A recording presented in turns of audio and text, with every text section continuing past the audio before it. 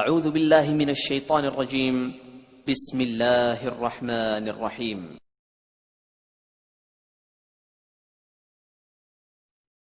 نماز میں خنجر لگا، نماز فجر کی نماز پڑھاتے تھے، اب ایک دم گرے، وہ چھپا ہوا تھا ابو لولو مجوسی، اس نے 7 وار کیے خنجر کے پیڑ میں، تو اب گرے تو پہلی صف والوں کو تو پتہ تھا، پیچھے نہیں، تو عبد الرحمن بن عوف نے لپک کے آگے مصلی پہ کھڑے ہو کے نماز شروع کر دی، اور چند آدمی اس کو پکڑنے کے لیے بھاگے، پھر اس نے آگے جا کے اپنے آپ کو خنجر مار کے اس نے خودکشی کر لی، اٹھا کر مکان پر لے گئے، دودھ پلایا گیا تو وہ آنتوں سے باہر نکل گیا، کہنے لگے موت کا پیغام آ گیا ہے، تو اپنے بیٹے کو بلایا، کہ بیٹا جا کر اماں جان عائشہ سے کہو کہ عمر امیر المومنین نہ کہنا، اب میں امیر المومنین نہیں ہوں، کہنا کہ عمر بن خطاب اپنے دونوں ساتھیوں کے ساتھ قبر کی جگہ چاہتا،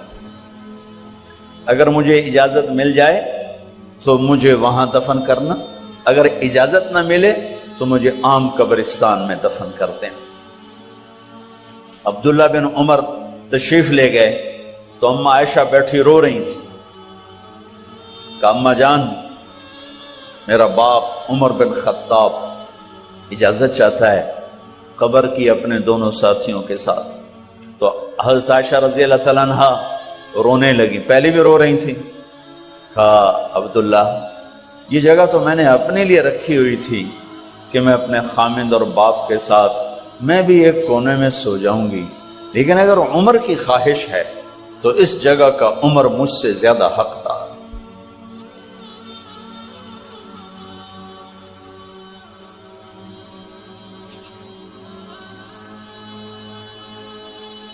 بیٹے نے آ کر کہا ابا جان مبارک ہو، اجازت ہو گئی، کہا بیٹا ہو گئی، لیکن جب میری میت اٹھاؤ تو دروازے پر جا کر رکھنا اور ایک دفعہ دوبارہ پوچھنا، ہو سکتا ہے میرے شرم میں اجازت دی ہو اور میرے مرنے کے بعد انکار فرما دیں، تو ایک دفعہ دوبارہ پوچھنا، اس وقت بھی اجازت ملے تو پھر لے جانا ورنہ واپس لے جانا۔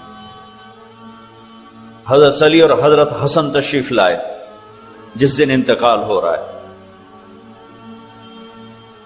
تو گھبراہٹ دیکھی تو حضرت علی نے فرمایا عمر موت سے ڈر گئے ہو؟ کہ نہیں موت سے نہیں ڈرا، موت کے بعد کیا ہوگا اس سے ڈر گیا۔ یہ کون کہہ رہا ہے؟ میرے بعد کوئی نبی ہوتا تو عمر ہوتا، یہ وہ کہہ رہا ہے۔ یہ کون کہہ رہا ہے؟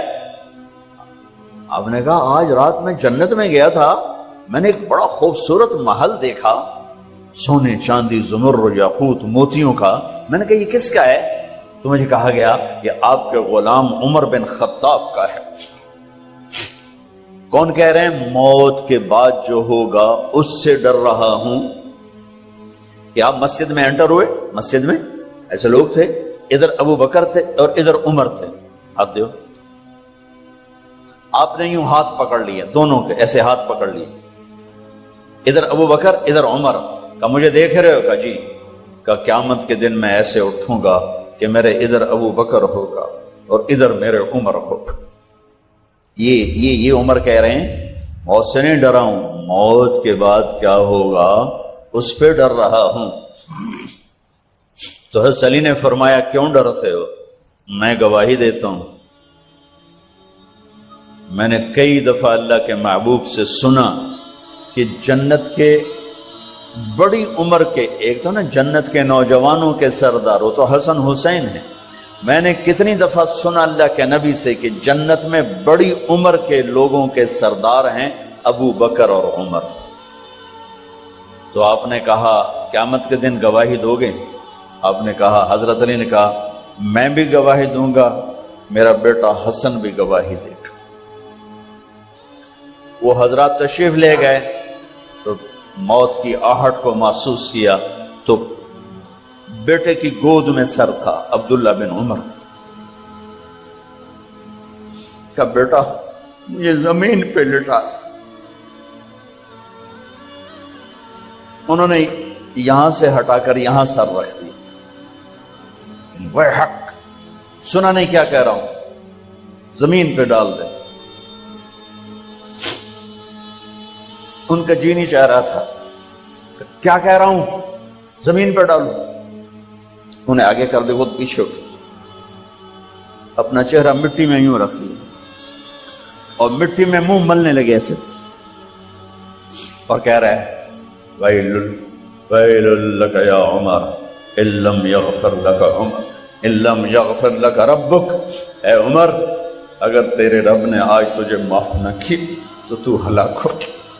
ویل لک ولأمک ویل لک ولأمک یا عمر ان لم یغفر لک ربک. عمر, اگر آج تجھے اللہ نے معاف نہ کی تو تو ہلاک ہو.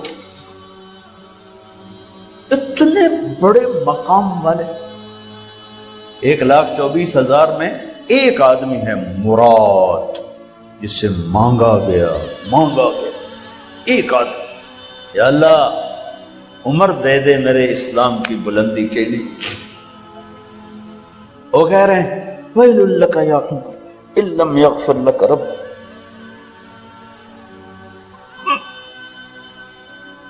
اے عمر, تو برباد ہو گیا اگر تیرے رب نے تجھے معاف نہ کی. یہ کہتے کہتے جان نکل گئی.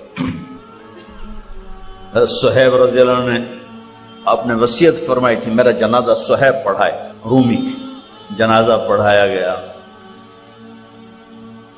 کندھوں پہ اٹھایا گیا, اور آ کر اماں جان عائشہ رضی اللہ عنہ کے دروازے پر عبداللہ بن عمر, باقی تو کوئی پتہ نہیں تھا کسی کو, گوے ٹھہر جاؤ, جنازہ یہاں رکھ دو. پھر آگے بڑھے, دستک دی, اماں جان میرا باپ عمر بن خطاب دروازے پہ پہنچ چکا ہے, اندر آنے کی اجازت ہے.